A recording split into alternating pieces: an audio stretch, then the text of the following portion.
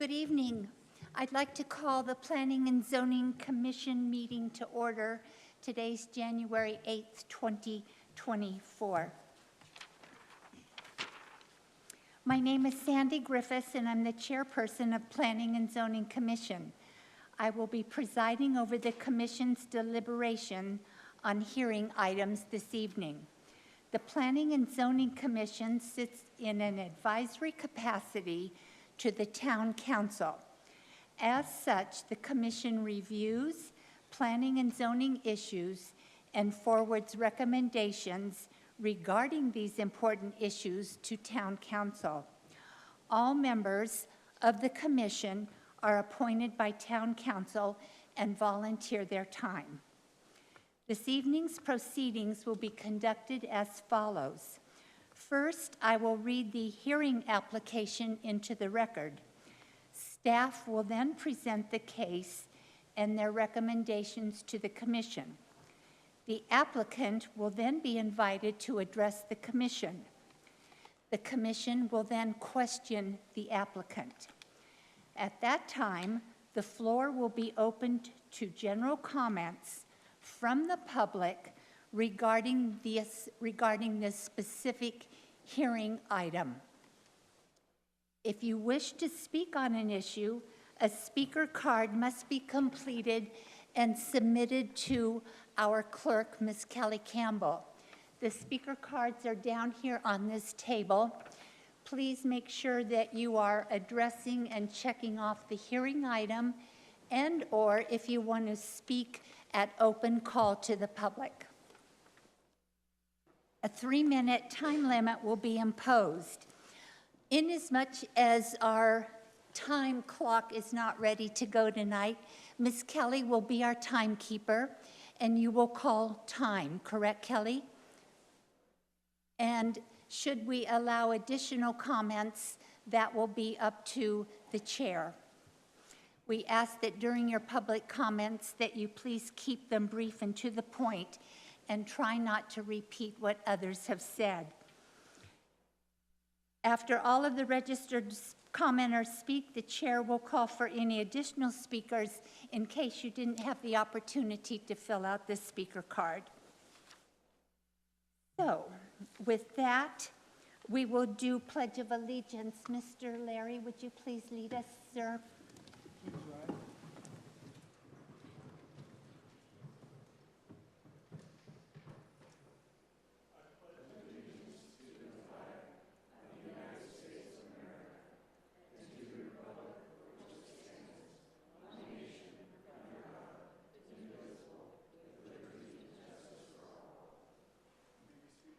Thank you, sir. Ms. Kelly, will you please do roll call? Chairperson Griffiths. Present. Vice Chairperson Evans. Present. Commissioner Bourdon. Present. Commissioner Laney.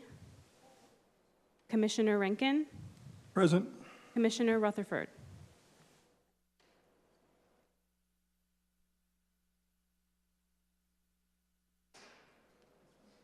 Arda coming in, I hope. At this time, I would like an approval from the Commission for the December 11th, 2023 regular meeting minutes from Planning and Zoning.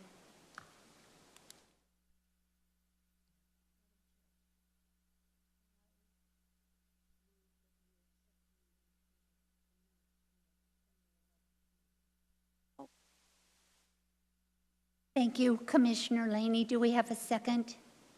I'll second. Thank you, Commissioner Rankin. Item 5 on the Planning and Zoning agenda, announcements.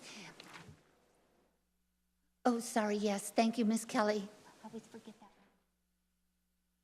that. Commissioner Rankin. Yes. Commissioner Laney. Commissioner Bourdon. Yes. Vice Chairperson Evans. Yes. Chairperson Griffiths. Yes. Announcements from the Commission. It's nice to be back in our warm home here this evening, so kudos to the town staff and all their hard work. It's great. All new carpet. It looks very nice. I would like to acknowledge some of the town staff that's here with us this evening.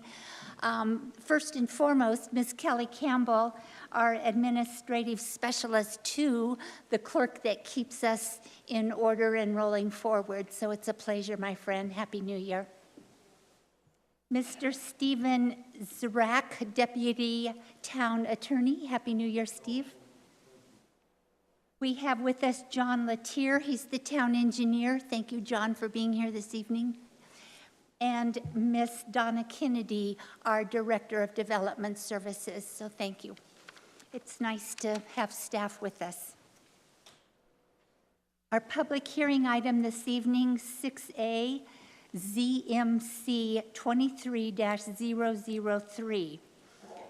Upon the application of Capital Development Group, property owner, a request for a zoning map change from RCU-18, residential, single-family rural, to RSPAD, residential and services, planned area development, to allow the development of approximately 153 build-to-rent multifamily residential units.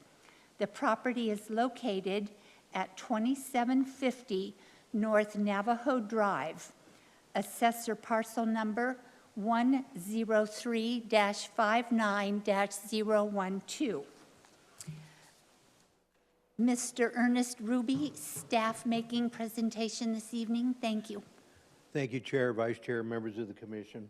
As you mentioned, the item before you is twofold. It's a zone map change 23-003 and a plan development plan 23-003. And the subject site is located near the intersection of East Ridge and Navajo Drive, and it is approximately 19.9 acres in total. The site is actually being bifurcated or split, if you will, by Navajo Road extension. Navajo Road will extend from its present location to the south. Here's the site. As you can see, it's located in the Tier 1, Pad 1 growth area number 1. And the general plan talks about land uses identified as in commercial, industrial, and medium-high density residential, which is what this project is, and open space in the area. The site, as I mentioned, is bisected by the extension of Navajo Drive, which will run south from this particular site. As you can see, the roadway configuration kind of creates two different parcels as Navajo Drive is built out.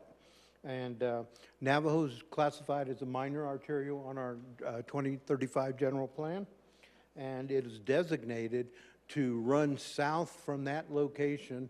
Actually, we'll cross Lynx Creek and we'll intersect eventually with Old Black Canyon Highway.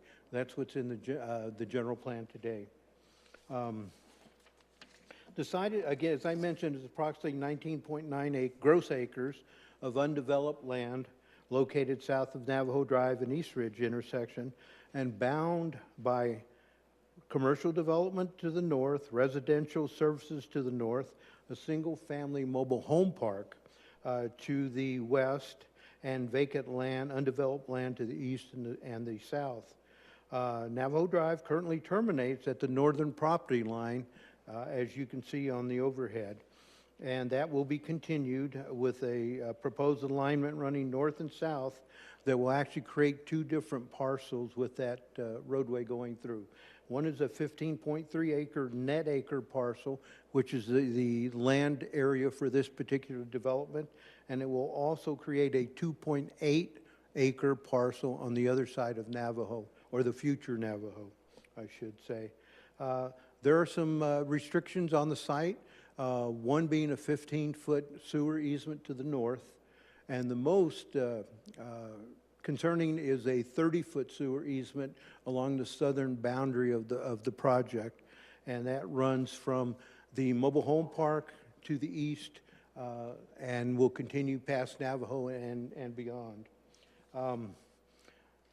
There's a wash located on the southern end of the parcel, which leads to a Lynx Creek.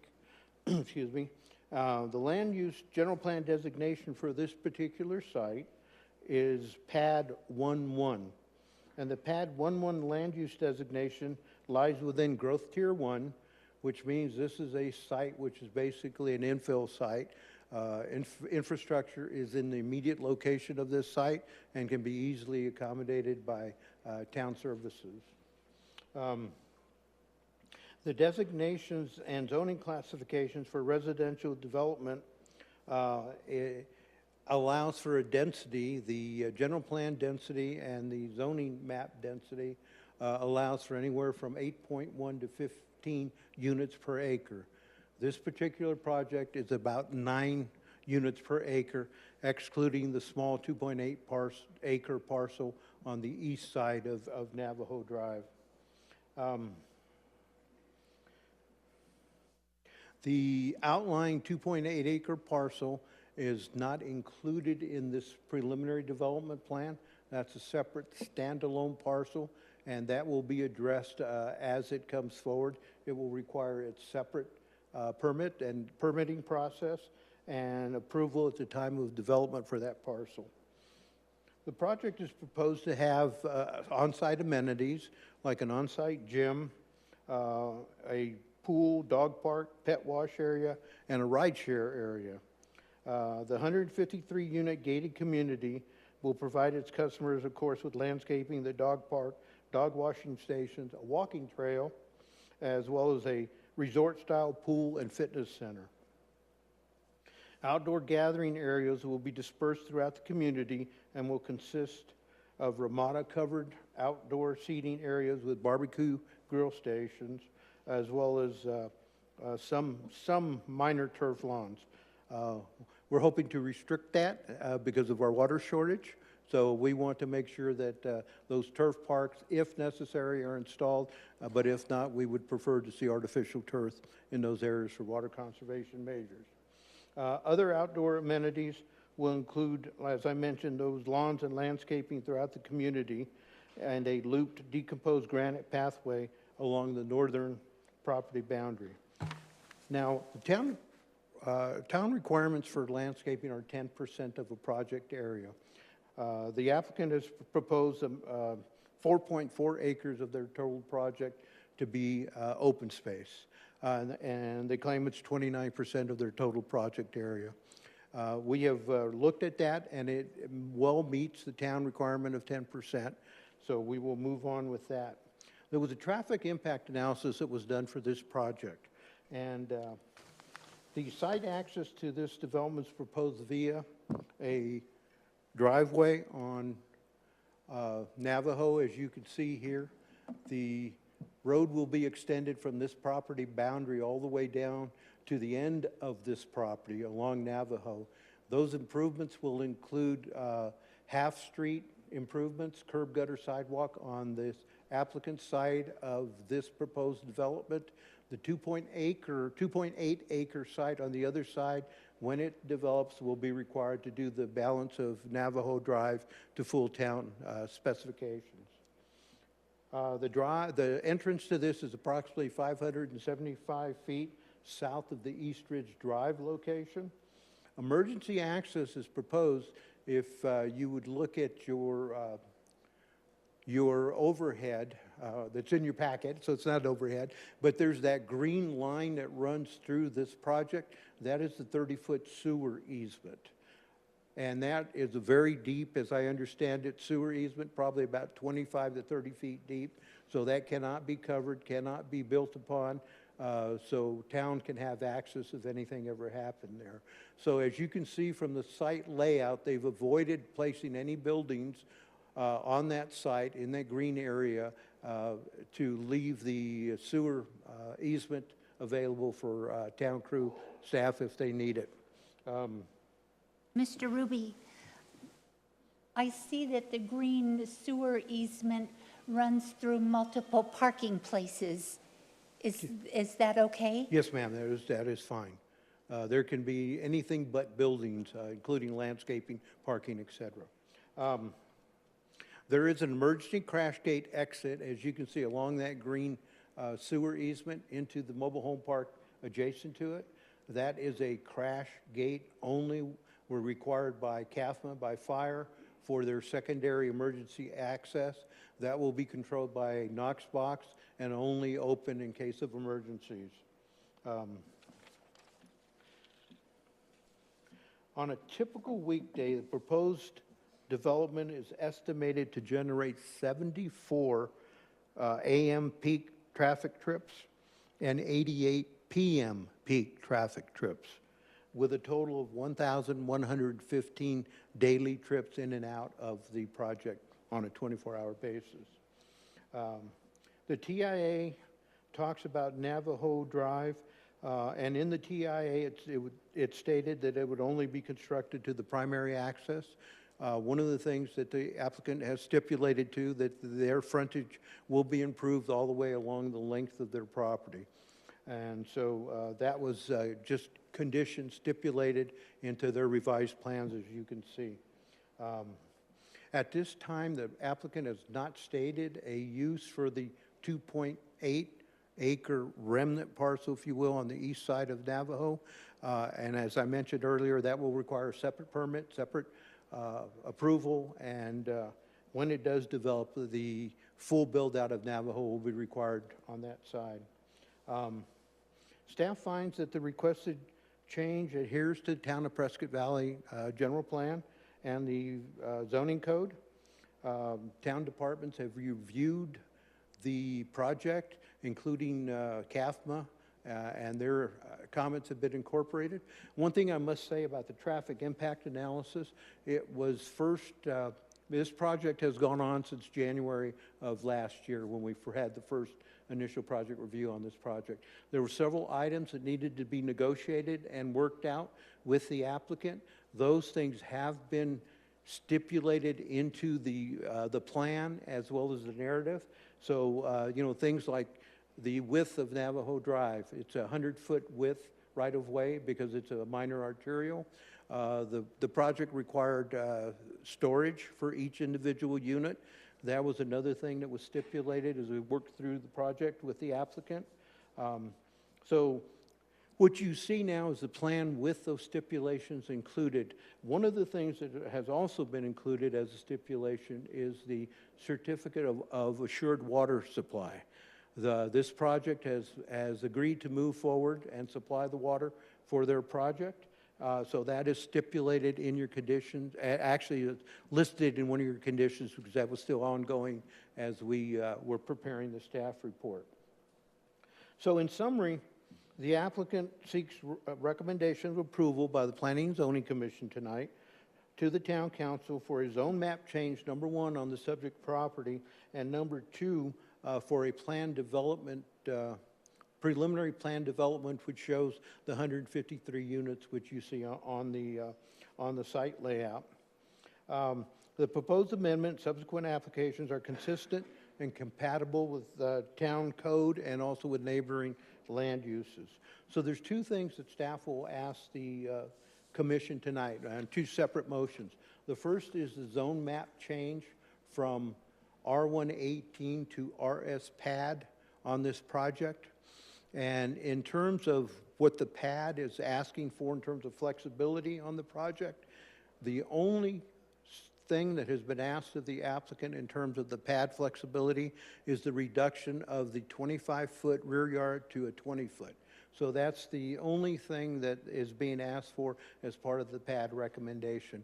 Without that request, if you will, it could have gone straight through as an RS district as opposed to a PAD.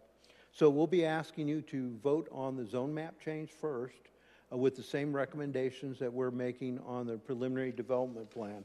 And the reason I included both of these together in one presentation is the zone map change or the preliminary development plan is contingent upon the zone map change.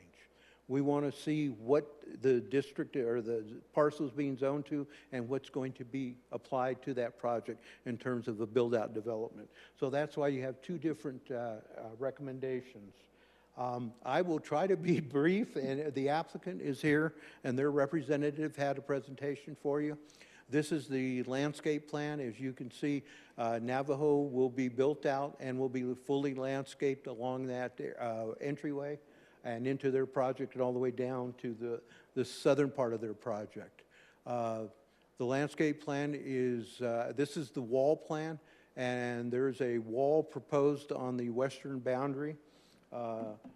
Currently, there is a cyclone or chain link fence that separates this parcel from the mobile home park. There's a proposal to do a vinyl fence to further fence that area off. So that is the preliminary plan. There's a couple of trash dumpster receptacles on the site that have been proposed. The applicant and staff has reviewed those, and depending on the number of times the dumpsters are dumped, whether it's once a week or 3 times a week, those are proposed to be adequate depending on that schedule. Here's a little bit of the fencing details going into the site. You can see on the Navajo side there kind of a block wall, if you will, and the gates that are on the proposed project. These are some of the elevations that are proposed.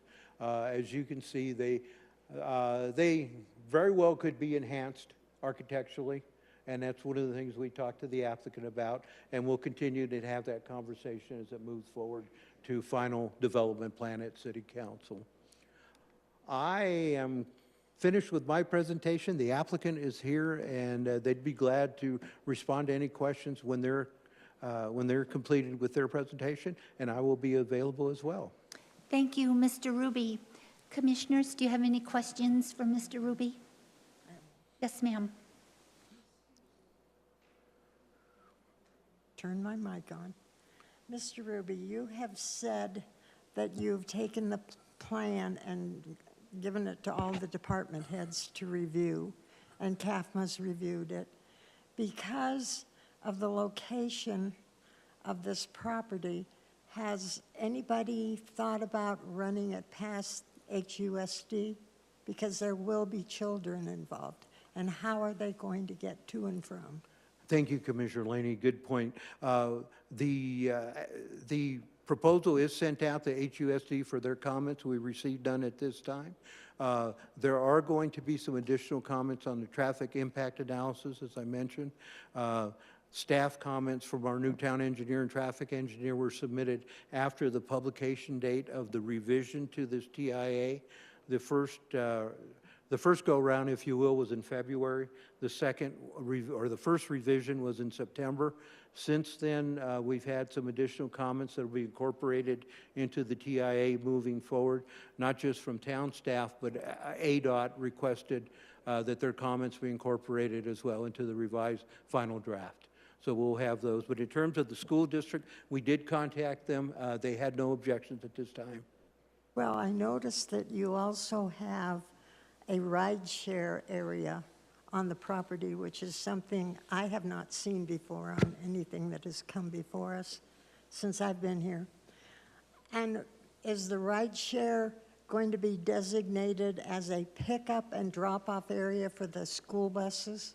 Commissioner Laney, I would defer to the applicant's representative who will be up shortly, and she can answer some of those internal questions for you, Okay, if I may. Thank you. Mm-hmm. Thank you, Commissioner Laney. Yes, Vice Chair Evans. Thank you. I've got a number of comments followed by a number of questions, so if I could come at once, I'd ask for your Absolutely. forbearance. If you're a geologist, anomalies are good. It means that's where the copper, the silver, and the gold are. In a situation like this, anomalies are bad because it means there's holes in the logic or disparity in what's going on. And as I read through this application, I sort of came up with anomaly after anomaly. And they relate to things as simple as calling something by its name. Build-to-rent has become kind of a popular thing. This looks to me more like a 1960s garden apartment project.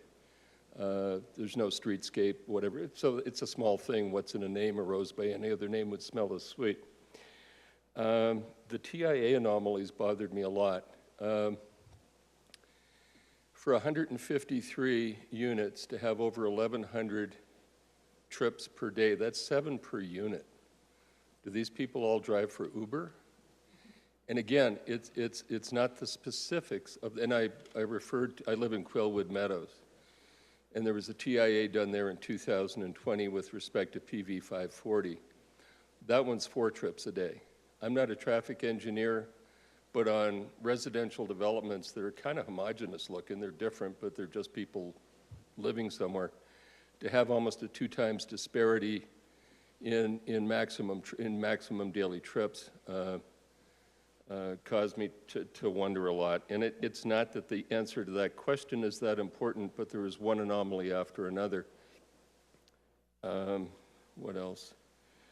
What's the protocol, Ernest, for the CAFMA sign-off? Is it, because when I looked at the site plan, and again, I'm not a fire person, given the setup of the parking lots, there looked to me to be some pretty decent distances from access to a parking lot or a fire hydrant to some of the more outlying units. So is CAFMA's usual protocol, do they send you an email? Do they give you a memo? Do they sign off on a plan? And if so, what have they done in any formal sort of sense to say okay to this? Vice Chair Evans, CAFMA was, the plans were submitted to CAFMA for review. They did comment and email a response to town staff. Their only response was that that 20-foot crash gate be made available for the emergency access from Canyon Lane. And if I may, Vice Chair, the applicant is here, and I think many of those questions can be answered by the applicant, so I'd be glad to answer them now, or if you'd like to hold them till the end, and we'd be... Whatever, whatever's most efficient. I would defer to you, Chair. In reading the sort of Q&A comment 14-page memo, every comment on the TIA says it doesn't apply to this TIA. Would you give me some background? I mean, one talks about Scott Valley. The last time I looked, that was in California. Was this a cut and paste from another deal, or maybe I'm misreading the comment about doesn't apply to the, but every TIA question said it doesn't apply to this one. Why did they mail that one in?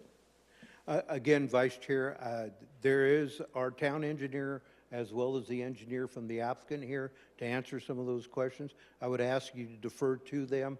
I also am not a traffic engineer, so I would depend on our registered civil engineers, both traffic and civil, to answer some of those questions for you. One or two more quick things, and then I'm probably running out of our chair's forbearance time.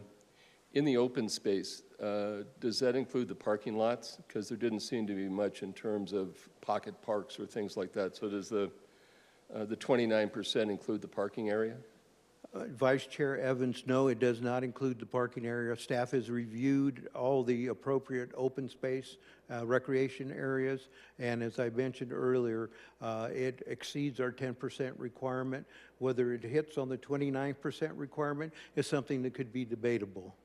And finally, has there been a hydraulic or drainage study that says what impact there might be on Lynx Creek? Because especially with water issues like that, one thing leads to another, and you can have unexpected problems.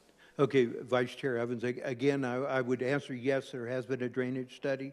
There has been all the requisite studies, including the TIA, the water, wastewater reports, drainage report, grading reports. All those have been submitted and reviewed by town staff. And again, I would defer back to the applicant and their engineer if there's any specific questions on it. Just to wrap up, from my point of view, there's just too many anomalies, too many things going in like wrong directions, and I'll think about that when I do my vote, but it's, I don't know, there's just something about this that there's too many holes, too many anomalies, and maybe that's just a personal perspective, but that's my viewpoint. Thank you, Vice Chair Evans. Commissioner Rankin? Mr. Ruby, I have a question. Where the the main sewer line that is buried, I believe you said that it's like some 30 feet underground, and you're putting streets and parking area over it. My concern then is the very southern tip of this project along Navajo. That property drops off probably to the end, pretty close to 30 feet. Is there going to be, how are you going to handle, or how is the project going to handle the sewer? Is it going to be a small pump station to get it back up to main level? And because that would, seems like the sewer line would cut into that 30 feet real quick. Commissioner Rankin, again, I would refer or defer to the town engineer who is here to answer questions, as well as the project engineer on the civil engineer on this project, who will answer those questions for you. Appreciate it. Thank you, Mr. Ruby. I feel that based on Commissioner Rankin's questions and Vice Chair Evans' concerns, I'd like to hear from our town engineer, Mr. John Latier. Madam Chair, if I may, I would suggest that you hear the applicant's presentation, because they will cover some of these issues within their presentation, and they have their experts on, as their team is here as well to cover some of those questions. So I would As ask, we, the town, have our experts here as well. right. Okay. So I would ask that you allow them to make their presentation, and then those questions have been answered either by their professional staff or by the town's professional staff. Do we have any? Yes, Commissioner Bourdon. I'll have some questions, but I feel I'll handle mine just after the presentation. Perfect. Yeah. Okay. At this point, I'd ask the applicant's agent to come up, and Kelly, I may need your help to change this over. Hang on, she'll change that.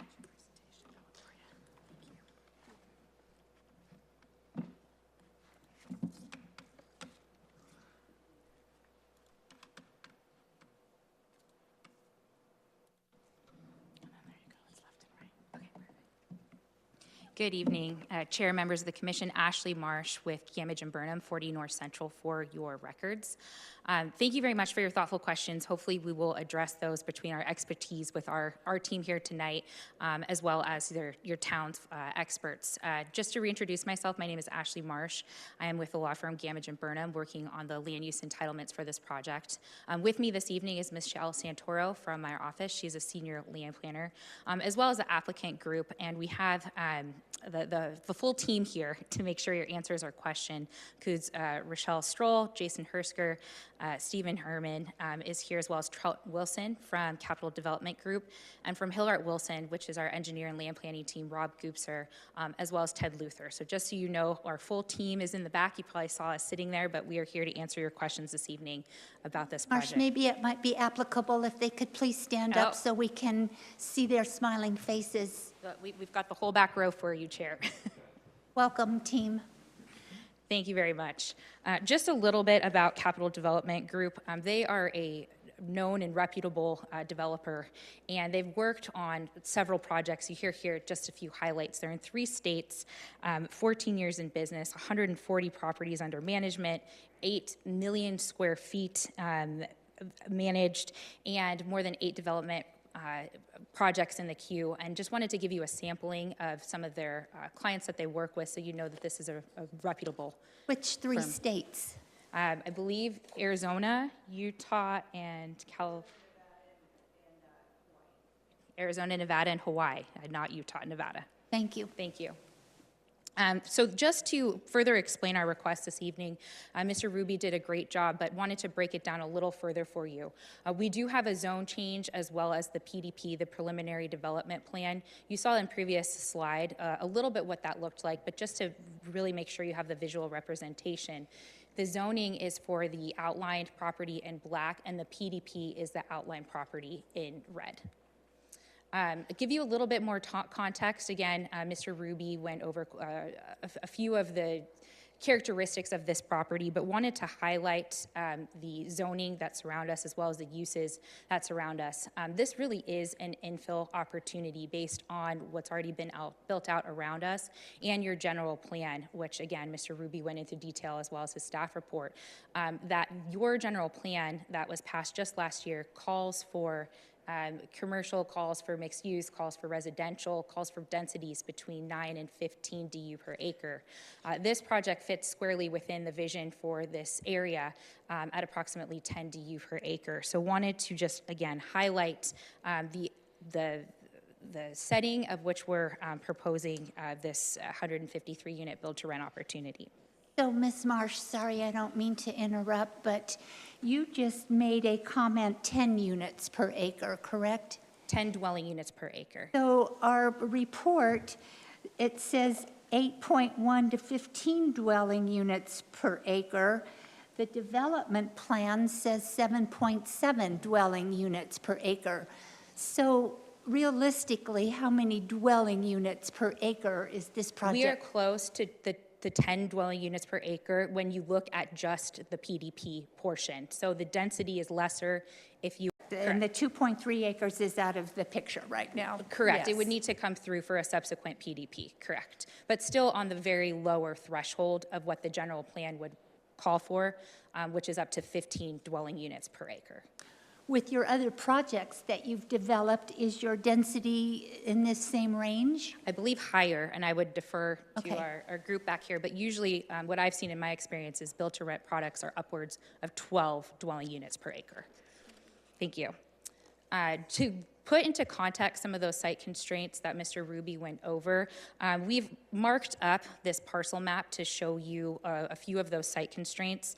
So our property, which you've seen a few times now, is outlined in yellow, but wanted to highlight a couple of the constraints. So the sewer easement on the north of the property is red, and then you saw in our site plan, which was green, an additional sewer easement that goes on the southern edge up through. That is what you had questioned about, Chair, about whether we could build over that. You can't build over that. Parking would be appropriate because you can rip up parking, right, if you need to get into it. But all those red places, you couldn't feasibly put a building on because that is sewer easement area. So that is really important when you're looking at development of this property because you need to preserve those easement areas. No building would be appropriate to put over those pieces in red because of the sewer easement. Another thing to consider when you're looking at development of this property is the grade difference. So the blue area shows how this property slopes. I am not a civil engineer. Civil engineer Mr. Luther is here, but my understanding is it's about a 70-foot drop from the northwest corner through the southeast. So that's quite a substantial grade differential on this piece of property. Next thing to consider when you're looking at developing this piece of property is that wash corridor on the southern piece of the property, and that's outlined in the purple box. And then the build out of Navajo Road, which is that green arrow that comes through the property as well. That's another site constraint because you need to accommodate that development of Navajo, again, bifurcating the property. So apologize, it's a little bit of my 2-year-old's coloring book, but wanted to create a visual of the different site constraints when you're thinking about how this property can and should be developed. So we went through our site plan in quite a bit of detail. Mr. Ruby did a great job explaining some of the benefits and features. Here you'll see the 153 residential units laid out. It's a mix of 1 and 3 bedrooms.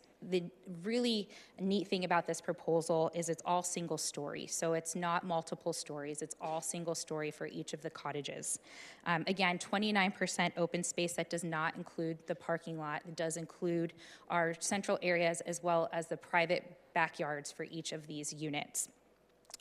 There is outdoor storage allocated with each of the units as well. That's something we worked on quite thoroughly with staff, is to make sure that the outdoor storage requirement was met in each of those private yards, as well as the infrastructure improvements that Mr. Ruby mentioned. Some of those amenities on this site, the private fenced yard, which I mentioned, there is a gym, a pool, a pet park, garden, ramadas. And Commissioner Laney, your question about the ride share, this is a gated community, so the ride share is meant for residents to access things such as an Uber or a Lyft, so that way they can meet drivers, DoorDash, whatnot at the opening of the community versus trying to, have someone find you when you're in inward facing of the community. So the ride share is for those services to make sure that there's a central location, whereas the rest of the development is gated so that people can access those services. The project circulation, speaking of which, is all internal. There's one point that goes out to Navajo Drive, but you'll see it's all internal on the site with just emergency access over out to Canyon Lakes. That emergency access has been worked with the Public Works Department, your fire, all your disciplines, and it is a gated access, so it really is just a crash gate. You won't have traffic going back and forth from the communities, but it's a value add for ours. God forbid there's an emergency, or God forbid on the other side of the manufactured home. Now there's a way to get into those properties as well on that southern perimeter. Some conceptual imagery for you. These are conceptual. As Mr. Ruby said, we'll need to work out the architectural details as we go forward through and do the final development plan as we bring this project through the process. But wanted to show you represented imagery of the 1-bedroom, the 2-bedroom, and the 3-bedroom. As you'll see, the theming is all consistent with the materials and colors throughout the site. There will be a combination of stucco and cementitious vertical siding, as well as composite roof shingle, CMU veneer, and this just gives you an example of how the 3 different home opportunities blend together. So in summary, we are developing consistent with the 2035 general plan that was passed by your voters, I believe in November 2022. This does provide a more diverse housing product with a build-to-rent opportunity. Single story, again, attainable housing, so a new product line in what's envisioned by your general plan. As we've gone through. For 1 second. Vice Chair. Could you please define what you mean by attainable housing? Thank you for the question, Chair, Vice Chair. This is a market rate opportunity. It's not a subsidized opportunity, what we would think of maybe more affordable, and it's not a luxury line. So it will be market rate, but it is not on one or the other. Today, a 2-bedroom unit might be what, $2,100? I don't have the numbers, market rate, but I would assume it'd be comparable with other product in this area as well. It just twigs on something I said earlier about flavor of the month descriptors. Thank you very much. Thank you for the question. And again, just to round out my bullet points here, it is an oddly shaped piece of property. I showed you the different site constraints again with my 2-year-old coloring book, but just to illustrate some of those. And a large improvement in infrastructure and roadway. We heard a lot about Navajo being improved. There's some sewer upsizing as well, which we can talk about with our civil engineer, but a long-term investment to this piece of property, both in terms of the product housing, but in the infrastructure as well. So with that, happy to answer any additional questions and bring my team up as appropriate. Commissioners, questions? Absolutely. You say that backyards are calculated as part of the open space that you brought up? The backyards that people are using? Yes, they are. Thank you. Is that appropriate?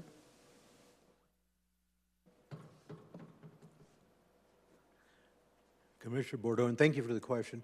Typically, we do not include the backyard layouts themselves as open space, and that was the comment I made, that it's over the 10%. Whether it hits the 29% is debatable.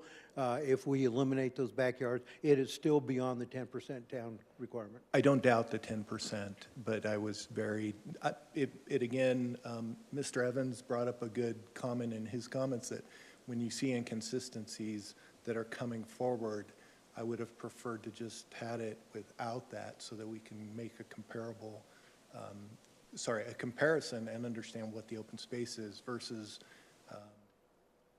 announcing that it's 29% publicly and it's really not. So thank you. Thank you very much. I'll continue with my questions. This is some of the one of the biggest issues I have is, so you have on the west side of this property, you have existing development, It is. We'll just go with that. I had asked and confirmed with town staff. So you're proposing something, and I understand that's in the general plan to look at that as an option, okay? But what I don't see in the plan is two things. A transition from the existing development. You just go, bam, the density is there on the west end, and there's not any recognition that you have an existing development adjacent to it. So I really felt there needed to be more work on the preliminary development plan on that. Two, I was highly disappointed in having to hunt down details in your plan. You have a large team, and I could not find a detail on the vinyl fence, and I have a problem with the vinyl fence, especially since it was only placed on the west side of the property to adjacent properties that are existing. So it kind of just told me, you know, that the plan as put together, I had to hunt down and go, well, where's the fencing at? And go through and actually look at the legend to figure out what fencing was being done. I had to hunt down what a builder's wall is and find out that at least I could define it in the detail that was provided to some of the connections that would go on in the themed wall. So it really was deficient, in my opinion, on defining the wall, and especially in putting a wall of that nature, a vinyl fence, to adjacent properties. So was there a reason for that? Chair, Commissioner, thank you for that question and feedback. So in terms of the density change, so to speak, you hit it right on the head, right? We are consistent with the general plan.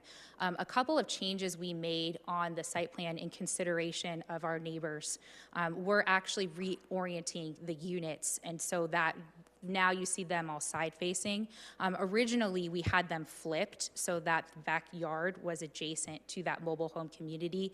Based on feedback, we did move them sideways. So that is a product of being considerate to our neighbors and taking that feedback. In terms of the fencing, I believe that detail is part of our landscaping submittal. That's very typical to put those details in a plan in that area.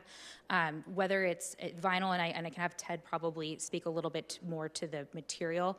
My understanding is that is in consideration to a PUE that runs on that side, so a vinyl material is a little bit easier, you know, if you need to work around versus a CMU wall. We would be amenable to working like a CMU wall as long as it's appropriate with the grade and with the PUE in that area, because you don't want to put, same thing, right? We have the easement, that sewer easement that we can only put parking over. We can only put so many different materials in that PUE area as well. So, Public utility easement going north-south? Correct, Okay. sir. Yes, correct. But that still doesn't cause a problem with putting in a CMU wall. I mean, quite honestly, that's kind of common, being able to deal with a public utility easement and address a wall at some boundary of that easement. And what I'm referring to, and I appreciate the fact that you turned the housing, but I'm talking about the density of the housing.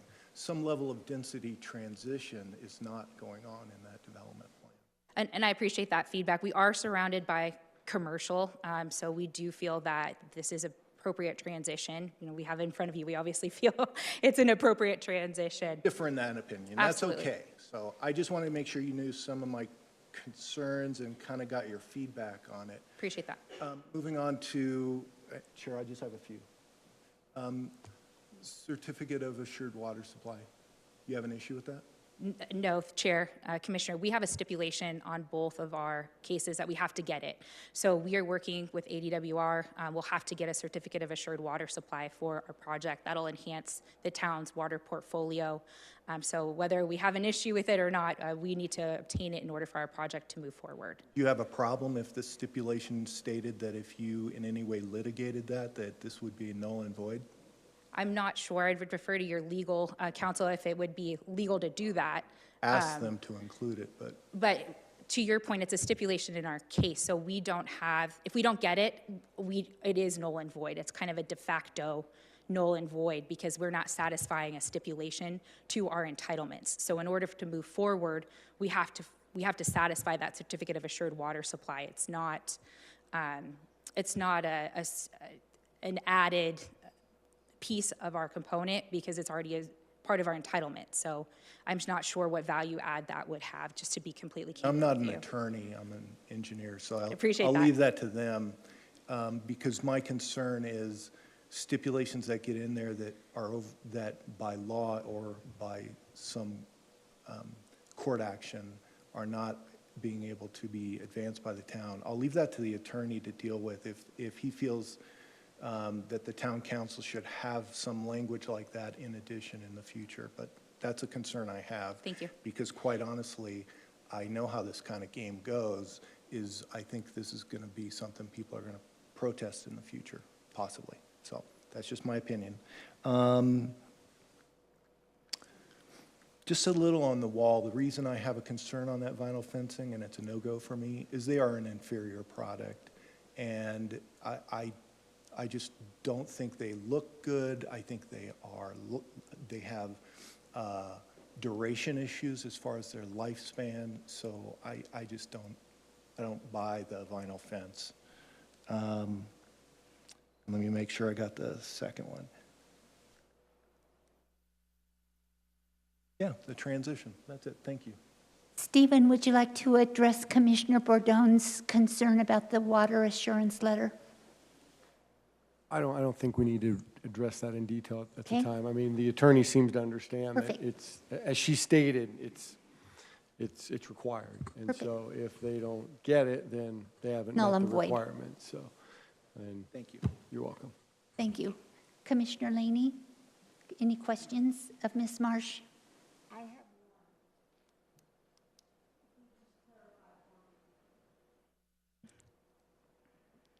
If you would just clarify for me, on the property between the manufactured homes and the site, which would be the west side, I noticed the setback on your plans is 10 feet. And that was addressed by staff, but is it going to be 10 feet or is it going to be 20 feet, the setback? Between, Chair, Commissioner Laney, between the manufactured home and our building, is that what you're asking, Commissioner Laney? I'm sorry? Are you asking for the separation between the mobile home and then our building? I believe that's 20 feet. The detail on here is a little. Feet. But I would like to have a stipulation in the development that all setbacks are 20 feet, except for the ones in the front on Navajo, and those are more bigger setbacks. Commissioner Laney, on that side, it is 20 feet. I'm looking at my PDP right here. So that's really our only residential neighbor is between the mobile home and us. So I believe that our PDP represents that 20-foot separation that you would look for. Good, good. Thank you. Commissioner Rankin, Vice Chair Evans, any questions of Ms. Marsh? I do have a couple, Ms. Marsh. So back to the open space. Open space is supposed to be contiguous, where you could walk through and maneuver through it. In the preliminary site plan, I came up with 9 different little pods of open space. And I don't feel that that's acceptable. Some of these look like they're just a little planted square, and what can your consumers and your renters do for open space? What enjoyment does that give them? How is it going to be used? And Mr. Ruby said that there's a walking trail in the community. Where is the walking trail, and how does that come into play? Chair, thank you for those questions. So I put the site plan back up in front of you. We do have sidewalks between all of these communities, right? All of the little cottages. So that serves as our connectivity, right? You'd use the sidewalk to get from one place to the next. We also have I believe, an easement on the north end of our property where there could be walking. We are improving Navajo. That would include walking. We have a pet park. We have a pool. We have a gym area. We have a couple of those pocket parks you mentioned with ramadas, all as part of the open space for the community. So you're calling some of these 9 areas of open space pocket parks? Correct. Yeah, that's the terminology I would use. Do the developers own this property? Have they purchased it? I believe we do. Yes, we do own it. We've closed on it. Also, in looking at the preliminary development plan, I could only see 2 trash enclosures. Can you explain the trash locations? And 2 is not nearly sufficient enough to support and handle multiple homeowners. I know that I wouldn't want to have to carry my trash quite a distance to put it in a dumpster. Chair, thank you for that. For the trash enclosures, those are reviewed and vetted by town staff. There are requirements where we need to have, so many trash enclosures per city ordinance code. So we did work, with your Public Works Department on that, as well as circulation. To the extent we need more, we're happy to continue that conversation, but all those have been vetted based on units, Public Works, turnarounds for the trash cans. So there's a whole series of agencies, divisions, departments that review and approve our trash enclosure location. Totally understandable, and I appreciate that. However, I will be stipulating that there should be at least a minimum of 6. We would respectfully request we work with your Public Works Department and our circulation plan with the goal of 6, but if Public Works comes back and says no, or access is an issue, Absolutely. the location is going to be tough. So if friendly amendment would be, subject to Absolutely. staff consideration, because we can't guarantee that now. There's 12? Rob's telling me there's 12 trash enclosures. 12. Wow, that's far more than my 6. So I think we're covered then. We're very Thank you. covered. And thank you, Rob. Any other questions from Ms. Marsh before we call for public opinion, or would you like to hear from the engineers? Vice Chair Evans?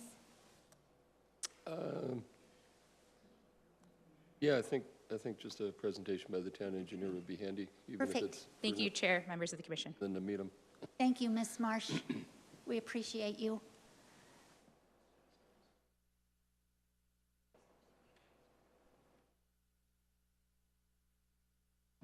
Good evening, Chair and Commissioner Evans. I came up, I wanted to answer your questions. If I had them correctly, you were asking about the trips that were generated in the State your name for public record, please. John Latier, the town engineer. Thank you.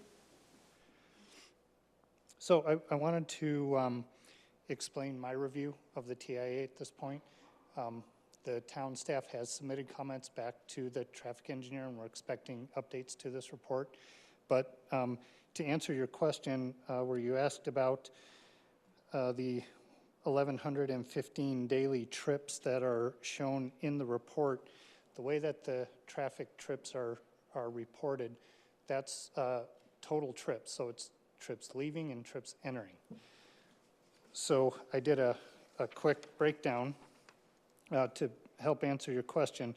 That would equate to 557 trips leaving and 557 trips arriving in a day. And that's average daily trips. The way that the report broke out the trips, they showed morning peak hour trips leaving and morning peak hour trips entering the site, and afternoon peak hour trips leaving and entering the site.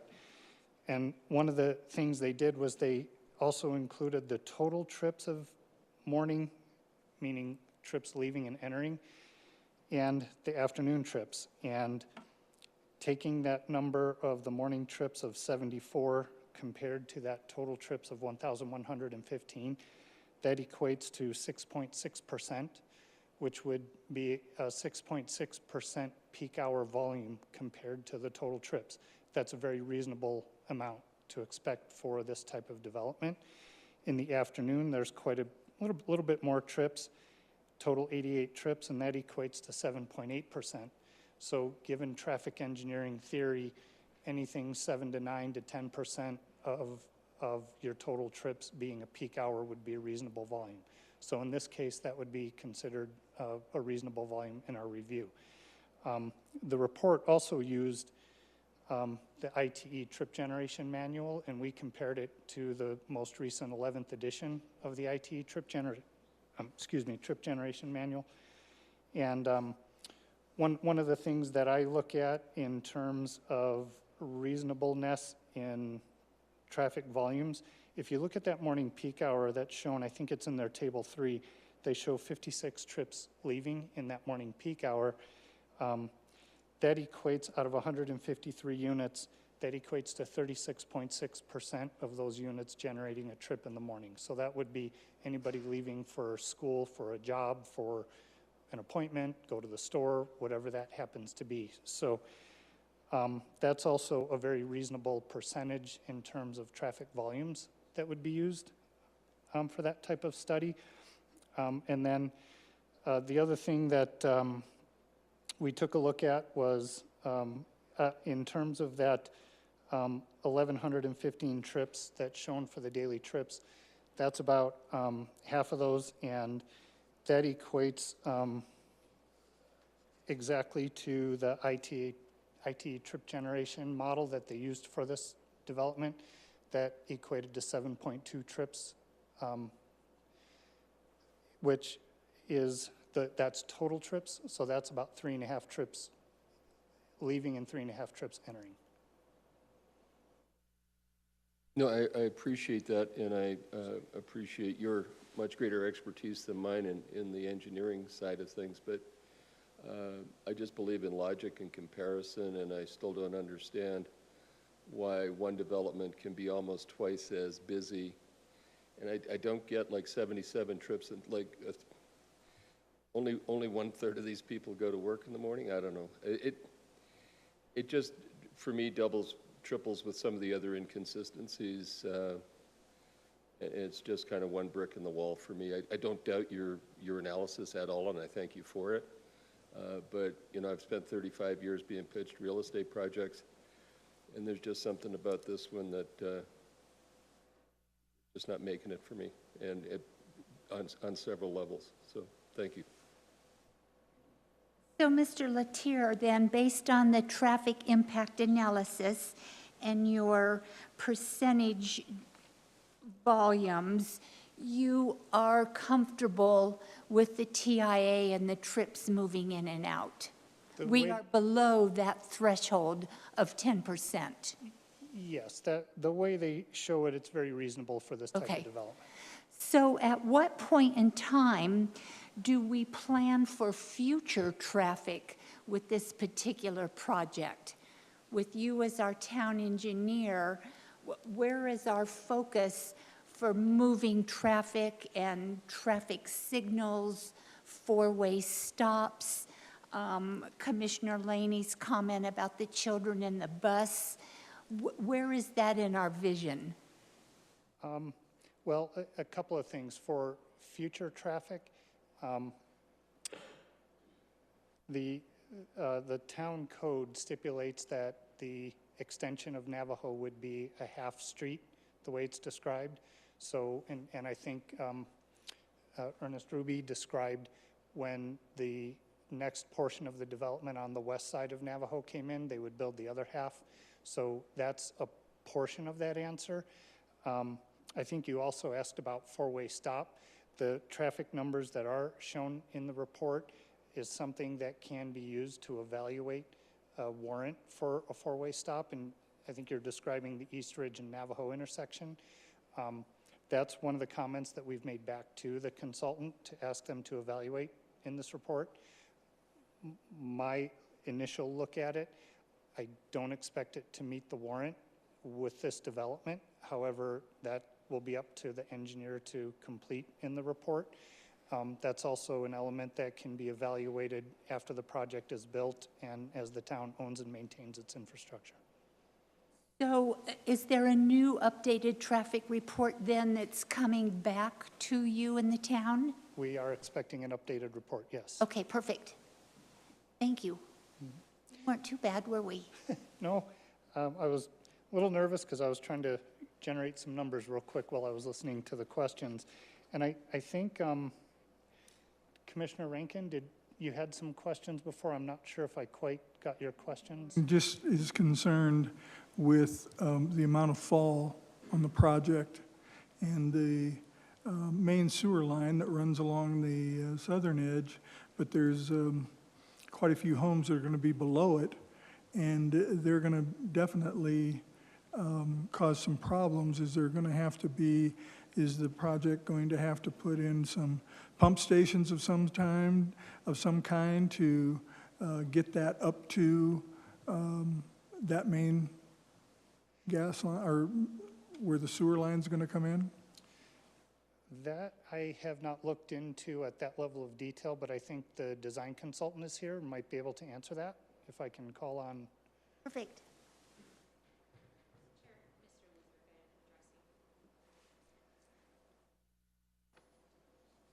Thank you, Ms. Marsh. Ted Luther, Senior Project Manager for Hilgart Wilson. I'm sorry, would you say your name? There My you name go. is Ted Luther, Senior Project Manager for Hilgart Wilson and the civil engineer for this project. Thank you. So as far as the sewer, no, there's no pump stations. The sewer is deep enough so we can gravity flow all units to the gravity sewer. Because I think the previous person said that from the northwest corner to the southeast corner, there was 70 feet of drop. That is correct. We're good civil engineers. Okay. I'm not questioning it. It just seems like a long way for that, those lower units below the gas line to get pumped up to get wherever it's going to go. We are allowed to have fill outside of the 30-foot sewer easement. And so with that fill, cut and fill to balance the site, that fill allows us to gravity flow all the units to the sewer line. All right. Thank you. I appreciate it. Thank you, sir. Okay. Any other questions for Mr. Latier? Thank you, John. Thank A+. I have a question for Ms. Marsh.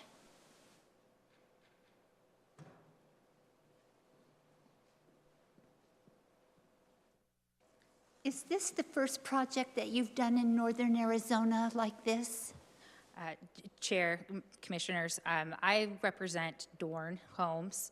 You might have seen me, I know I've seen you at the city council meetings, and that is the residential projects I've done in this area has been for Dorn. They have some smaller product. For the build to rent opportunity, I have not brought one before you before. Do we know what the demographics of this proposed development is going to be? What age they're going to be? Are we going to have school children? Has anybody given any input or insight into that? Chair, members of your commission, thank you. We do anticipate some families. We have some 3-bedroom units, so we do anticipate that there will be some families there. For build-to-rent products specifically, and I could ask Rochelle to correct me or Jason to correct me. It's a lot of younger professionals, a lot of teachers, firefighters, policemen, working professional who do take advantage of build-to-rent communities in general. We do, like I said, we have some 3-bedrooms, so we anticipate some families, but not a ton. Perfect. Thank you. Thank you, Ms. Marsh. And if I may, Ms. Chair, if invite Mr. Luther back up, he did have a better response to your fence question, Commissioner, if that would be appropriate. It's perfect. Thank you. About the fencing on the western side. Yeah, Chairman Bourdon. So initially, the way the topography lies, The microphone, please, so there the we way go. the topography lies, there's a slight flow that is from the trailer park onto our site. And so because of these flows, we wanted to allow that flow to easily pass onto our site. We have a drainage swale that will accept that flow. We will detain the stormwater runoff and then discharge it to pre-developed conditions at the end. And that's why we chose vinyl fence, because it is elevated a little bit, allows that natural flow to pass through. Okay, well, flow could go through a CMU wall, too. There's ways to design that. And that is true. And So I appreciate you kind of clarifying what your thought process was on the vinyl fencing. I just personally look at it as an inferior product. There's other ways to address flows from property to property. So thanks very much for letting me know why that decision was made. And to your point, as far as drainage concerns, we could have turn blocks on the bottom and with a CMU block wall, and we could accommodate that as well. Thank you. Thank you for the explanation. I mean, I understand your thought process of what you're explaining, but my point is more from the product standpoint. Thanks for at least letting me know why you proposed that, but I'm adamant against adjacent to development, especially existing development. Thank you, Mr. Luther. You're welcome. Mr. Luther, would you be opposed to making a stipulation for CMU wall? I'm not the ultimate decision maker, but from an engineering standpoint, that works. Okay, We can make that work. thank you, sir. Oh, thank you, Ms. Marsh. Any other questions for staff or the applicant? At this time, we will call up public hearing comments pertaining to this agenda item. Ms. Kelly, do we have any comments? Yes, we do. The first one is Bill Williams. Thank you, Kelly.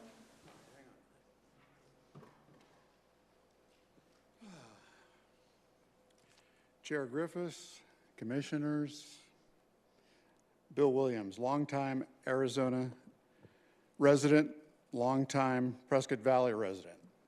As we heard tonight, 153 build-to-rent multifamily units, 2750 North Navajo, could be approved, but I don't want you to approve them for a few reasons. As we heard, the project will be south on Navajo where there's a lot of traffic. I'll get into that for a second. The developer of this Navajo Road project promises 4.4 acres or 29% of open space. That's the only thing I like about this project. But point well taken from Commissioner Bordone, we got to pay attention to that transition to density issue, and that part of the plan needs work. Our police know of this project area as a crime zone. Gunplay happened there a month or so ago, shut down traffic for hours. That was during the day. As Vice Chair noted, 1,115 daily trips sounds like a lot. Isn't there a plan to build a gas station and convenience store kind of catty corner across the street? I'm hearing a quick trip. If so, someone has to put 4 stop signs up, monitor traffic, and eventually install a traffic light. Now, you don't want to anger the customers with traffic gridlock coming out of Sun Valley Tire, Auto Works, Tractor Supply, the post office, Prescott Courier property, and other businesses, do you?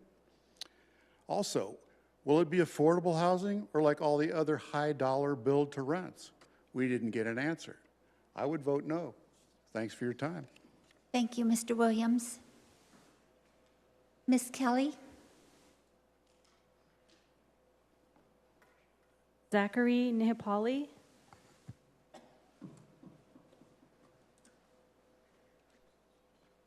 Good evening, Commissioner, Council. I represent America's Best Value Inn, which is on the corner of... Would you please state your name? My name is Zachary Nihipali. Thank you, Zachary. I'm here to represent America's Best Value Inn that's on the corner of East Ridge and Frontage Street. My father-in-law kept this business for over 20 years.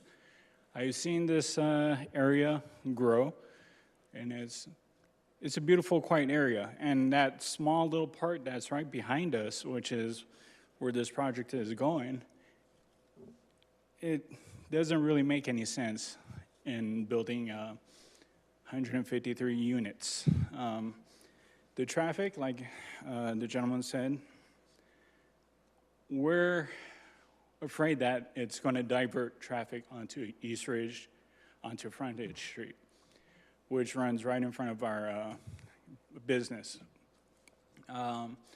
Frontage Street does not have sidewalks or, any walkway. I tend to walk on that street all the time, and I have to scoot over for traffic. So that's one of the major concerns for us. Another concern for us was that affordable housing. what does that pertain? And like the gentleman said, crime in this area is kind of wishy-washy. We wish that it wasn't as high as it is, but it is. And if you add more into a corner where it pretty much dead ends into Navajo Street, we're afraid that it's just going to pocket, get a pocket of that crime into the area. And our business is not too far from the project. Actually, we were actually afraid that it was going to be adding more traffic into our businesses, and we was really concerned about our parking lot situations and traffic density of people walking in our area, because we do have a lot of foot traffic of transients and unwanted people that come in the middle of the night that wake me up and wanting somewhere to stay for the night, and we have to kindly ask them to leave. But that's our main concern. And we would vote no. I mean, it's a beautiful project, wish it would work, but in my eyes, I don't see it working in that spot, but appreciate it. Ms. Kelly, do we have any other public comment? We do. We have Patricia Betzold. Which one's working? I think both of them are, Ms. Hello. Patricia. Patricia Betzold, 3883 North Fairfax Road, Prescott Valley. So I want to thank you all first for all your great questions. You've cleaned up a lot of the issues that we're seeing here. We're not sure how the project got this far, but we're glad that you caught it. So we know there's several issues. One that wasn't mentioned is the infringement on the adjacent mobile home or manufactured home development by introducing an emergency exit through their community when they and the adjacent community already have a safety issue with a lack of proper exiting through those properties. So adding to it isn't appropriate. The development, if it goes forward, should be responsible for either extending that road that runs behind it or taking care of their own exiting. Stop infringing on other people's property, please.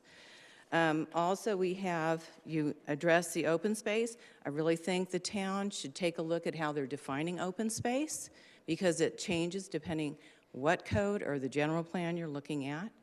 And be specific, because you're absolutely all right.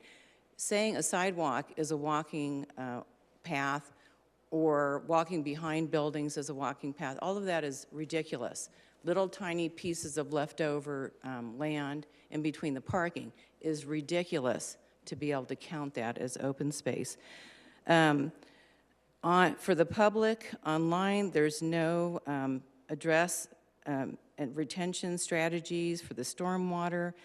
We talked about the new water ordinance and the fact that they're not going to be required to have it before approval. The traffic study is not included in the packet, but more importantly, the comprehensive traffic impact of this development, not only on the street immediately in front, but the intersection of Navajo and 69, the advent of the QT gas station, and all the extensive impact that this development will have, was promised by the department that it would be included, and henceforth, moving forward, not just a traffic study of the development itself, but all the impact on all the roads in the area. And that's going to tell you what kind of money we're going to be forking out to account for it. The CAFA approval is not in the packet.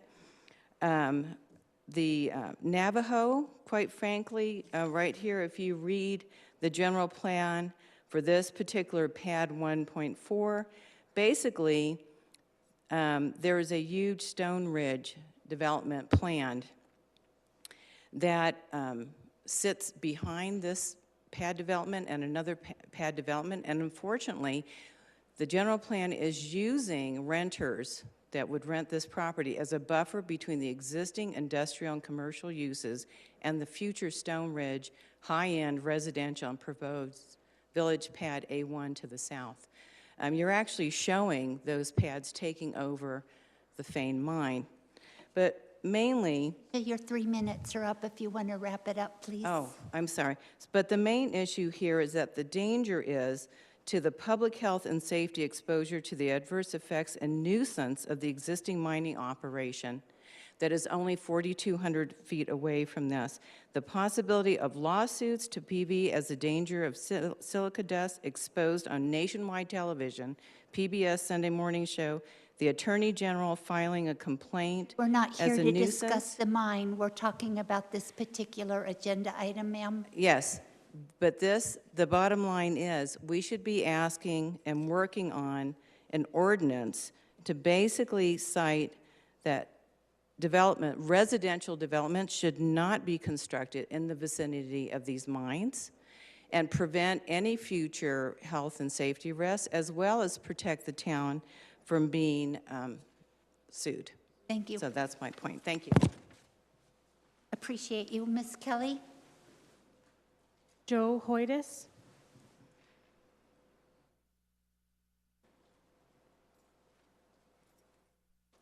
Hello, Joe. Good evening, everyone. I think I have to beat Pat to the microphone because she answers or asks half of my questions.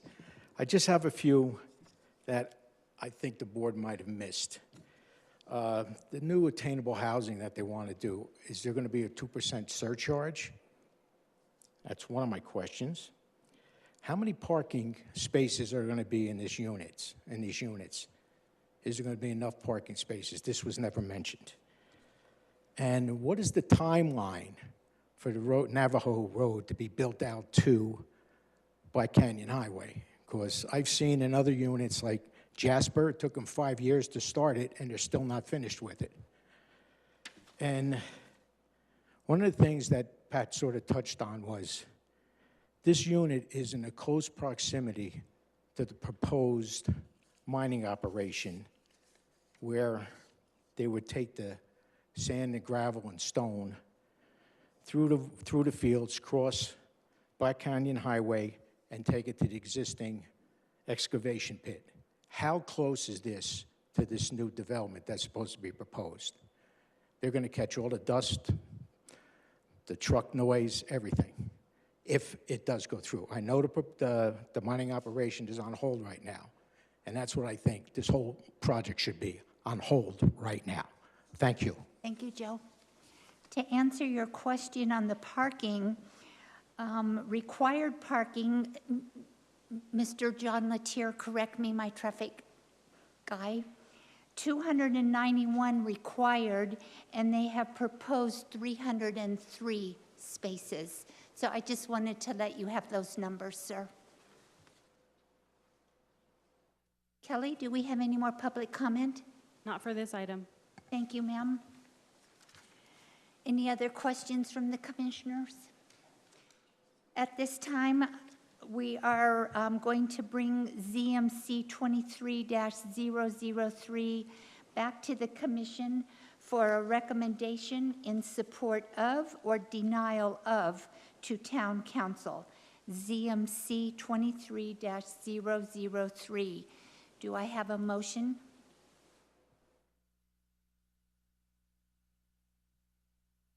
Mr. Chair, I think I'm going to make a motion just so we know where we all stand. So I'm going to make a motion. Let me get the proper.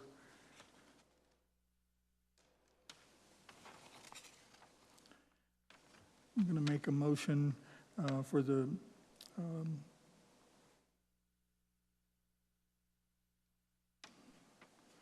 there we go. The staff recommend, the commission recommend the approval of the town council to ZMC 23-003, subject to the stipulations. So, Commissioner Rankin, you're making a motion in support of zoning map change 23-003. I am. Thank you. Do we have a second?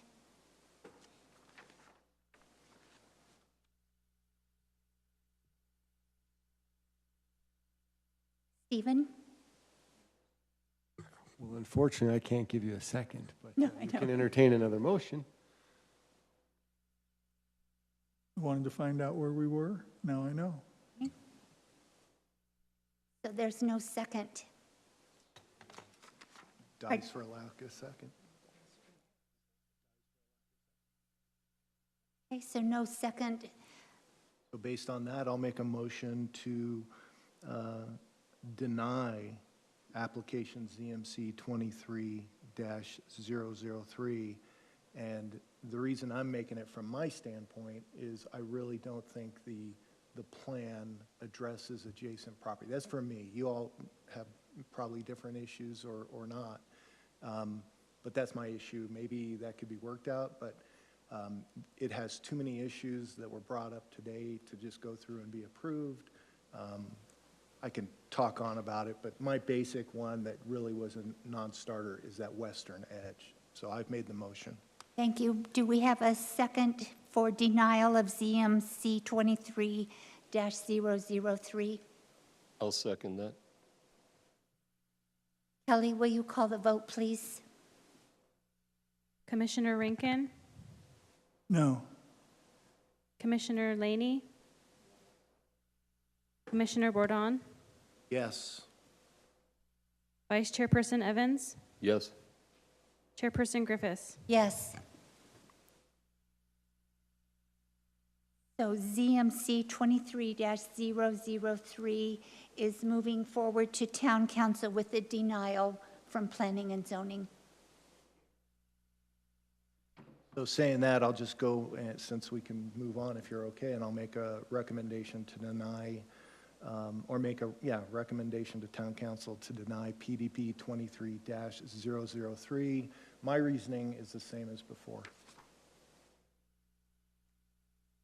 Do we want to discuss any stipulations to attach to PDP 23-003?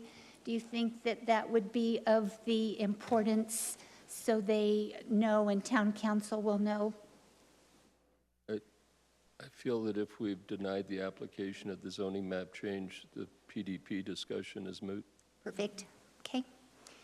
Well, to answer the question, I'll convey to town staff. I've conveyed to town staff my concern over the wall, and they did say, a stipulation would address that, and we can just ask that they deal with that with the town council. But I do think we have to deny the plan tonight. Correct? Take some action?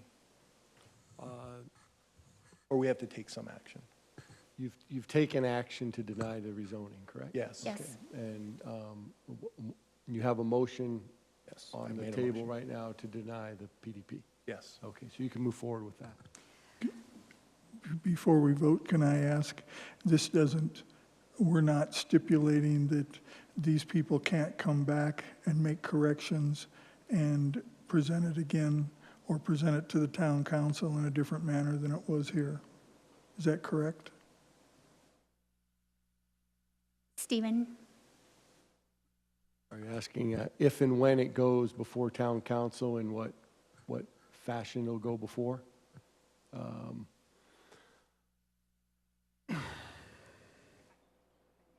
Well, it depends on how we put it on the council agenda. So if you guys want to give further direction, you're welcome to do that, and then we'll ultimately, as staff, decide if and how to put it on there. I guess I'm just asking, are we stopping this development cold, or are we giving them the opportunity to make adjustments and come back either to our board or to the council? And they have the right to go before town council if we put it on. I feel that there are some stipulations that should be addressed from P&Z prior to it going to town council, so they're aware of some of our conversations. Even though the zoning map change has not passed, PDP has not passed, well, we haven't voted yet, but I would like to get some stipulations in the record for their future discussions. Wouldn't our questions and the conduct of the meeting in the last hour and a half do that? Some of them haven't come forward. For example, and I know Ms. Marsh addressed this, but I feel that a stipulation should definitely be implemented where they look at some components of the architectural embellishments to the exterior. I mean, they need to know how important that is to us. They need to know the CMU wall. I want confirmation of the trash enclosures, because if indeed there are 12 now, that's going to really cut back the density.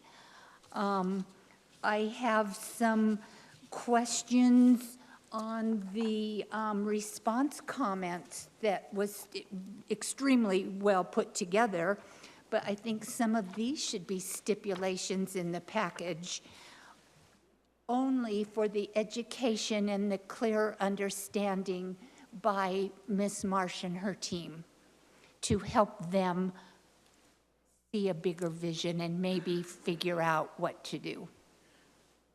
Madam Chair, Vice Chair, Commission. Commission has choices to make. You can approve, you can deny, you can approve with conditions, or you can refer back to the applicant to try to make those changes that you have enunciated tonight. So I'd leave that up to you to decide what you want to do. If you'd like to see the project back, considering some of the modifications that you have suggested, that can happen. You can also deny, you can approve with the very conditions you spoke to. I'll leave it up to... We do have a motion on the floor. Why don't you guys go ahead and decide on your motion on the floor? Let me ask that, are you, staff, are you clear on what the commission's concerns are? Yeah. Okay, and I'm sure the applicant is. So, you know, I think, Chair, I think yes, sir. everybody, at least in the room here, and anybody that may be watching this on TV or may watch in the future is clear on what the concerns of the commission are. So depending on the outcome of the motion, I don't think it's necessary at this point to put stipulations, because I think they've been articulated. And I assume that moving forward, the applicant will then at least begin working with town staff before anything moves forward. I almost feel, Ms. Marsh, that it would be advantageous to come back before P&Z. May I address? Yeah, absolutely. Thank you, Chair. Yes, thank you. We would appreciate an opportunity to come back to P&Z, and I would ask a motion to reconsider the denial and continue us so that we can come back with your suggestions, modifications, feedback that we received tonight. So instead of a denial, give us an opportunity to look at your comments, come back before the P&Z with those modifications, taking into consideration, you know, your feedback tonight. But by continuing us, you allow us an opportunity to make that redress. By denying us, it stops kind of dead in the water, right, for lack of a better explanation. And we would like an opportunity to take your feedback and come back to you, work on stipulations based on your feedback tonight that are acceptable to town staff as well, and present a revision to you. So that would be my request, is that instead of a denial, we continue this with that feedback, work on additional stipulations that you've given us tonight, and come back to the P&Z for hopefully a different recommendation, but at least having an opportunity to internalize that feedback. So I would respectfully request be continued instead of denied on the zoning and the PDP. Motion on the table. Thank you. Thank you. Do we have a I just second want to make sure. for continuation? Well, no, we have to finish Oh, up we our have to- oh, motion. can And you- if it dies, then you can do, Can we withdraw our motion? I'm not going to withdraw. Okay. Right now you have, yeah, why don't you deal with the motion that Commissioner Bordeaux has And his motion was to deny PDP 23-003. Do we have a second? Kelly, will you call for the vote, please? Commissioner Rankin?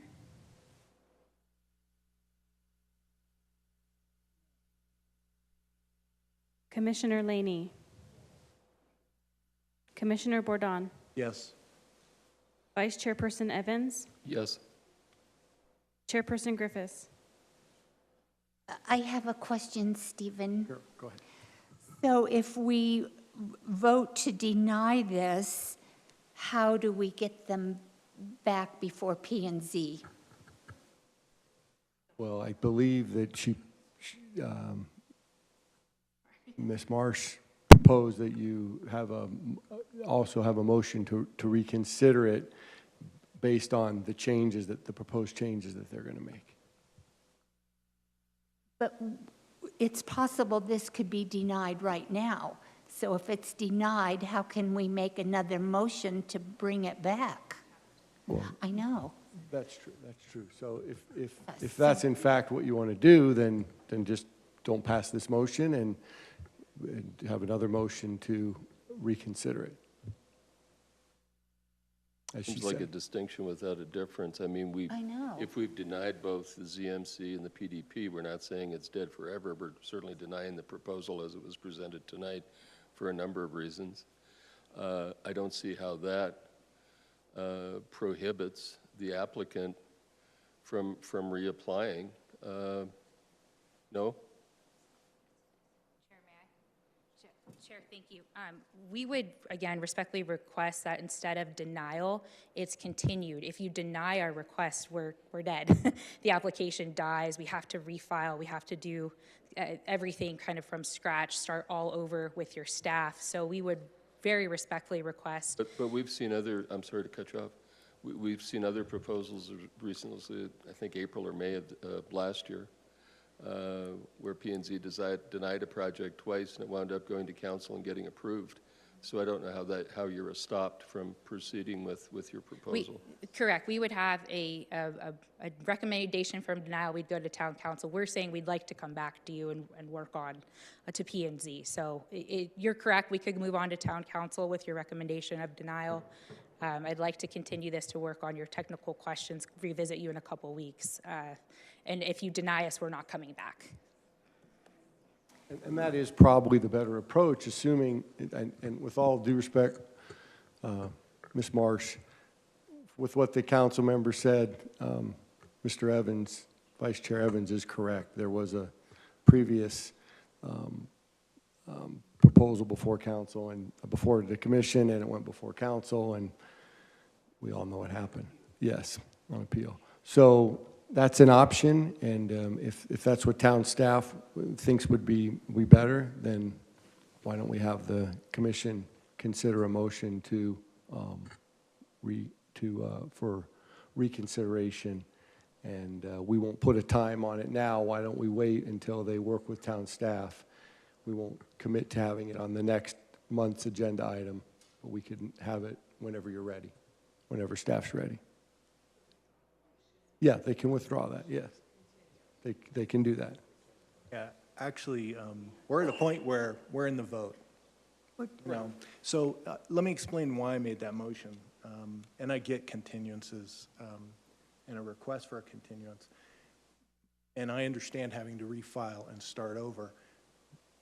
This application has a lot of issues with it. This has not got a couple issues. And that's why I made the motion to deny. I did not feel it was, hey, come back in 2 weeks and fix it. There was a lot brought up tonight that they need to work on. And I made that motion based on the knowledge that this is not a right plan for this area, in my opinion, not yours, mine. And that it has some issues that need to be worked on. And they were issues that, we had to bring up. The issue of the western adjacent property was ignored by this applicant all the way through. It started a year ago and knew this was an adjacent property and dealt with that in that fashion. That was my opinion. That's why I wanted to have it denied. But you should just continue with the vote, and then if we have to continue it, that's fine too. So we have a motion on the table from Commissioner Bordone to deny PDP 23-003. Commissioner Laney, You're the last vote. Oh, I was just going over everything, Okay, so we sorry, knew sorry. where we were. Yep, good. So Commissioner Laney made the second. Commissioner Bordone voted in favor. Commissioner Laney voted in favor of denial. Commissioner Rankin voted not in favor of denial. Commissioner Vice Chair Evans voted in favor of denial. And I am voting not in favor of denial.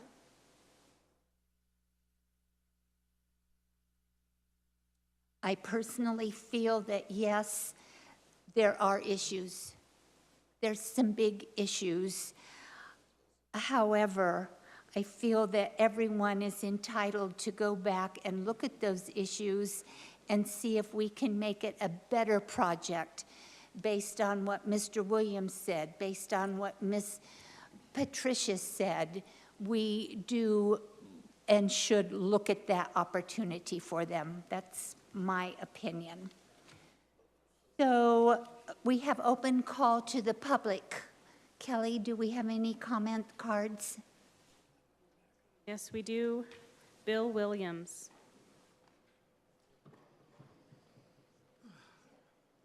Second time around, it's like a rerun on TV, huh? This will be different. Chair Griffiths, commissioners, I live over on Taylor Drive. Come by sometime for a cup of coffee. But for the record, you violated parliamentary proceedings by trying to backtrack on your vote, and the attorney should have caught it. But I want to talk about growth, and I want to talk about other things. So here we go. I'm not against all growth. Prescott Valley is known as a great place to live, so there will be growth. I'm advocating for sensible growth or smart growth, not rubber stamping. And please help us define what the heck attainable and affordable means. We've been to many meetings and we don't know what that means. Residents tell me they see rubber stamping and fast tracking of mostly build-to-rent properties. And also, a rarely achieved general plan goal is building open space or green space, places to walk, grassy areas with a bench. Where are we seeing that in any of these new developments? I can't see it. The town brags about attainable and affordable as a concept, but attainable and affordable means a family or a single person would have to make a boatload of money each year to live in some of these places. And that's according to an economist who spoke at a city council meeting about a month ago. The root of the problem is in some town offices where employees are fast-tracking developments over to P and Z, and I'd like to know why that's happening. Also, we need to ask developers, how is this plan good for the adults and children living here now, not for those coming here in the future? Thank you. Thank you, Mr. Williams. Kelly, any other public comment? Zachary Nihapali.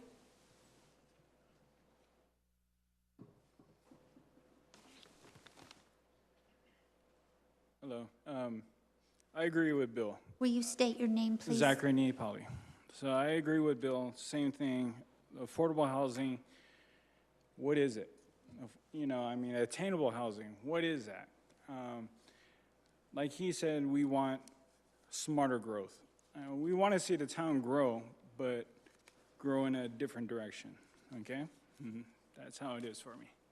Thank you. Thank you. Patricia Betzold.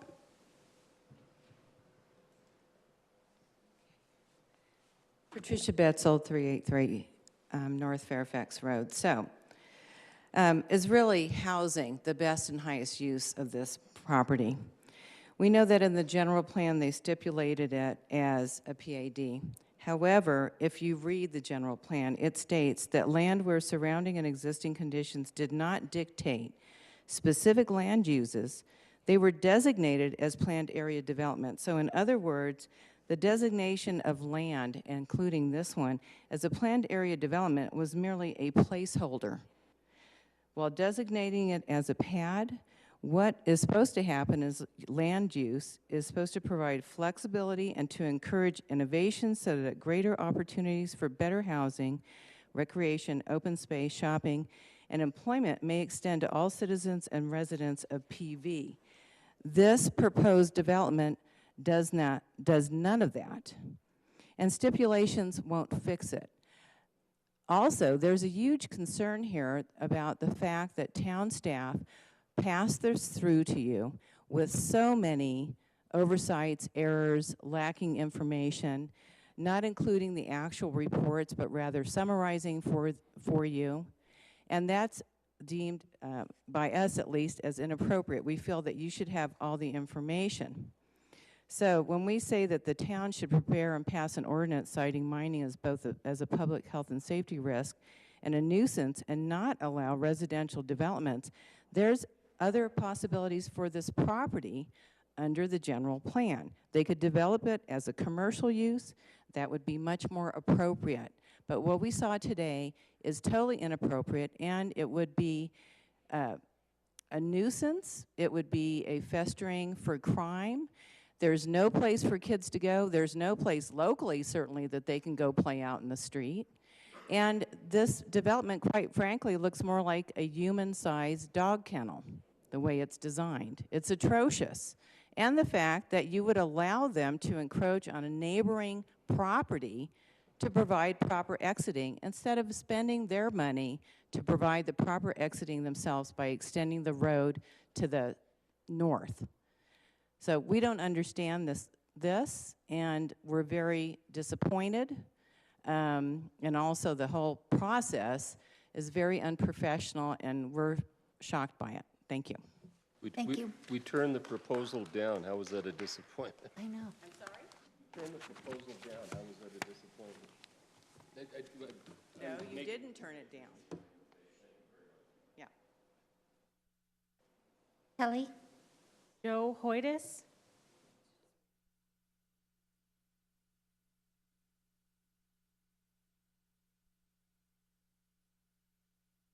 I didn't know it was coming up again. Joe Hoytis, Viewpoint. This is for Stephen. Would you please instruct the planning and zoning on parliamentary procedures and Robert Rules of Order? I think the way this was carried out tonight was a joke. I belonged to a union for 45 years. I've gone to union meetings. If we ever did this, they would be laughed right off the stage. Thank you. Good evening, everyone.